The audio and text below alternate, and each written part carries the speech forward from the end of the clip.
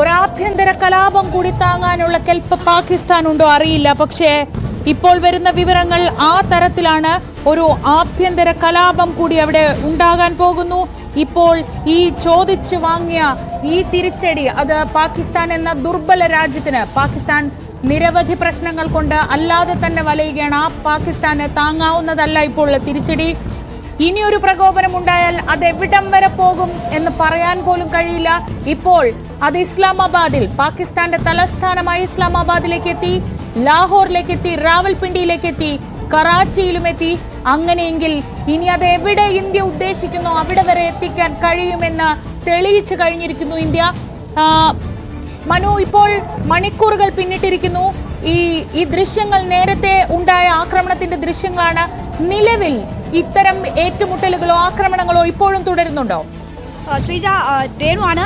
ഇപ്പോഴും കനത്ത പ്രത്യാക്രമണം പാകിസ്ഥാന് നൽകുന്നുണ്ട് ഇന്ത്യ എന്ന വിവരങ്ങൾ തന്നെയാണ് നമുക്ക് ലഭ്യമായിക്കൊണ്ടിരിക്കുന്നത്. ഇന്ന് പാകിസ്ഥാൻ ഇങ്ങോട്ട് നടത്തിയ പ്രകോപനത്തിനുള്ള തിരിച്ചടിയാണ് ഇന്ത്യ നൽകുന്നത്. അത് പാകിസ്ഥാൻ പ്രതീക്ഷിക്കുന്നതിലും അപ്പുറമുള്ള ഒരു തിരിച്ചടിയാണ് ഇപ്പോൾ ഇന്ത്യ നൽകിക്കൊണ്ടിരിക്കുന്നത്.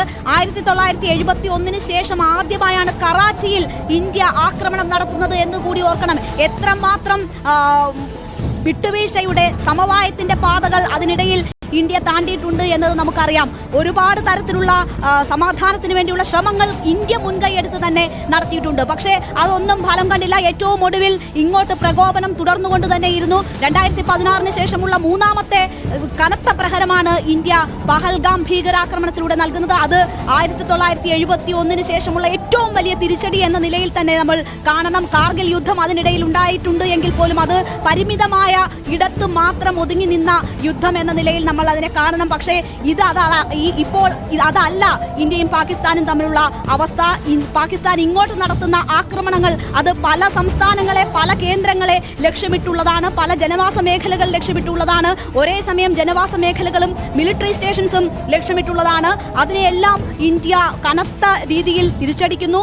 അത് എങ്ങനെയാണ് ഇങ്ങോട്ട് വന്ന ആക്രമണം, അതിന്റെ 10 മടങ്ങ് പ്രഹരത്തിൽ അതേ മാർഗത്തിൽ അതേ രീതിയിൽ ഇന്ത്യ തിരിച്ചു നൽകുന്നു എന്ന് വേണം മനസ്സിലാക്കാൻ. 1971 ശേഷം ആദ്യമായി കറാച്ചി ലക്ഷ്യമിടുന്നു. അവിടെ നാവികസേന ആക്രമണം നടത്തുന്നു. INS വിക്രാന്ത് അതിനുവേണ്ടി ഉപയോഗിക്കുന്നു. ഇന്ത്യയുടെ അഭിമാനമായ INS വിക്രാന്ത് ഉപയോഗിച്ച് മിസൈലുകൾ വർഷിച്ചാണ് കറാച്ചി തുറമുഖത്ത് ആക്രമണം നടത്തിയിരിക്കുന്നത്. അപ്പോൾ പാകിസ്ഥാൻ എന്നും സംയമനത്തിന്റെ പാതയിൽ ഇന്ത്യ ഉണ്ടാകും എന്ന് വിചാരിച്ചു. പാകിസ്ഥാൻ വിചാരിച്ചതിനും അപ്പുറത്ത് ഉള്ള തിരിച്ചടി ഇപ്പോൾ പാകിസ്ഥാൻ ഏറ്റുവാങ്ങിക്കൊണ്ടിരിക്കുകയാണ്. ഒരേ സമയം ഇന്ത്യയുടെ മാരക പ്രഹരശേഷിയുള്ള തിരിച്ചടി ഏറ്റുവാങ്ങേണ്ടി വരുന്ന പാകിസ്ഥാന് അവരുടെ ആഭ്യന്തര പ്രശ്നങ്ങൾ കൂടി വലിയ രീതിയിലുള്ള സംഘർഷ സാധ്യതകൾ സൃഷ്ടിക്കുന്നു എന്ന് വേണം മനസ്സിലാക്കാൻ. അത് നേരത്തെ മനു സൂചിപ്പിച്ചതുപോലെ ബലൂചിസ്ഥാനിലാണ് ബലൂചിസ്ഥാൻ ആർമി പിടിച്ചു എന്ന തരത്തിലുള്ള, ബലൂച്ച് ലിബറേഷൻ ആർമി പിടിച്ചു എന്ന തരത്തിലുള്ള വാർത്തകൾ വന്നുകൊണ്ടിരിക്കുകയാണ്. ആഭ്യന്തര പ്രശ്നങ്ങൾ നേരത്തെ തന്നെ പാകിസ്ഥാന് വലിയ രീതിയിലുള്ള ബുദ്ധിമുട്ടുകൾ സൃഷ്ടിച്ചുകൊണ്ടിരിക്കുമ്പോൾ തന്നെയാണ് എല്ലാ മര്യാദകളുടെ സീമയും ലംഘിച്ചുകൊണ്ട് ഇന്ത്യക്ക് നേരെ പാകിസ്ഥാന്റെ ആക്രമണം ഉണ്ടാകുന്നത്. ഭീകരരെ ലക്ഷ്യമിട്ട് ഇന്ത്യ നടത്തിയ തിരിച്ചടിക്ക് പാകിസ്ഥാൻ ഇന്ത്യൻ മണ്ണിലേക്ക് ആക്രമണം തൊടുത്തുവിടുന്നത്. അതുകൊണ്ട് തന്നെ കൃത്യമായ പാഠം പാകിസ്ഥാനെ പഠിപ്പിക്കാനുള്ള ശ്രമമാണ് ഇന്ത്യ നടത്തുന്നത്. അത് പാകിസ്ഥാൻ കരുതിയിരുന്നതിലും 10 മടങ്ങ് പ്രഹരശേഷിയുള്ളതാണ്. ആ ആക്രമണം എത്ര വേണം, ഇന്ന് നടത്തിയ പ്രകോപനത്തിന് ഏത് ലെവൽ വരെയുള്ള തിരിച്ചടി വേണം എന്നത് സൈന്യമാണ് തീരുമാനിക്കുന്നത്. അതിനുള്ള എല്ലാ അധികാരങ്ങളും സൈന്യത്തിന് നൽകിയിട്ടുണ്ട്. വ്യോമസേനയും നാവികസേനയും കരസേനയും ഒരുമിച്ചാണ് ഈ ആക്രമണത്തിൽ മുന്നിൽ നിൽക്കുന്നത്. ആ 3 സേനാ വിഭാഗങ്ങളും ഒറ്റക്കെട്ടായാണ് ആക്രമണം നയിക്കുന്നത്. അത് ഏത് ലെവൽ വരെ പോകും എന്നത് നമുക്ക് അനുമാനിക്കാൻ വയ്യ. എന്തായാലും പാകിസ്ഥാനിലെ തന്ത്രപ്രധാന കേന്ദ്രങ്ങൾ ലക്ഷ്യമിട്ടുള്ള ഇന്ത്യൻ ആക്രമണം തുടരുക തന്നെയാണ് ശ്രീജ. തീർച്ചയായും ഇതിനിടയിൽ പല വാർത്തകൾ പല ഭാഗത്തു നിന്ന് വരുന്നുണ്ട്. അതിൽ ഏറ്റവും പ്രധാനം ഈ പറയുന്നത് പോലെ പാകിസ്ഥാനിൽ ഒരു ആഭ്യന്തര കലാപം, അവിടെ അസിം മുനീറിനെതിരെ ഒരു പടയൊരുക്കം, ബലൂചിസ്ഥാൻ ലിബറേഷൻ ആർമി ഈ സാഹചര്യങ്ങളെ അവർക്കനുകൂലമായി വിനിയോഗിക്കുന്ന തരത്തിലൊരു സാഹചര്യമുണ്ടെന്ന വാർത്തയാണ് ഒരു പ്രധാനപ്പെട്ട വാർത്ത.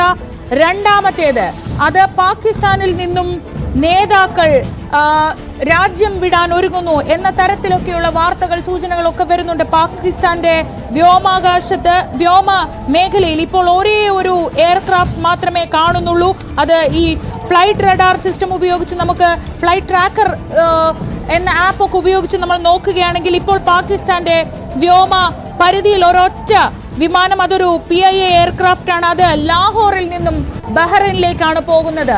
അതിന്റെ വിശദാംശങ്ങളിലേക്ക് നമുക്ക് വരാം, അല്ലെങ്കിൽ വരും മിനിറ്റുകളിൽ തന്നെ അതിന്റെ വിവരങ്ങൾ വരും. പക്ഷേ ഇത് നമുക്ക് ഓരോരുത്തർക്കും സ്ഥിരീകരിക്കാവുന്ന ഒരു വിവരമാണ്. പാകിസ്ഥാന്റെ PIA എയർക്രാഫ്റ്റ് ലാഹോറിൽ നിന്ന് ബഹ്റൈനിലേക്ക് പോകുന്നു. ആരൊക്കെയാണ് ആ വിമാനത്തിലുള്ളത് അറിയേണ്ടതുണ്ട്, അതിലേക്ക് നമുക്ക് വരാം. പക്ഷേ ഏറ്റവും പ്രധാനപ്പെട്ട കാര്യം, പാകിസ്ഥാനിൽ ഒരു ആഭ്യന്തര കലാപം ഉണ്ടാകാൻ പോകുന്നുണ്ടോ എന്നതാണ് ശ്രദ്ധേയം. ഇപ്പോഴും ഏറ്റുമുട്ടലല്ല, ആക്രമണം തുടരുന്നുണ്ട്. ഇന്ത്യയുടെ ഭാഗത്ത് നിന്ന് പാകിസ്ഥാൻ ചോദിച്ചു വാങ്ങിയ ആ തിരിച്ചടി ഇപ്പോഴും തുടർന്നുകൊണ്ടിരിക്കുകയാണ്. ഇന്ന് വൈകുന്നേരത്തെ ഈ ഒരു നീക്കത്തിൽ ഏറ്റവും ശ്രദ്ധേയം, പാകിസ്ഥാനിൽ നിന്ന് തൊടുത്തുവിട്ട യുദ്ധവിമാനങ്ങൾ നിലം പരിശാക്കാൻ ഇന്ത്യക്ക് കഴിഞ്ഞു. അതിൽ പാക് പൈലറ്റിനെ ജീവനോടെ പിടികൂടാൻ കഴിഞ്ഞു. ഇത്തരത്തിലുള്ള വിവരങ്ങളൊക്കെ വരുന്നുണ്ടായിരുന്നു.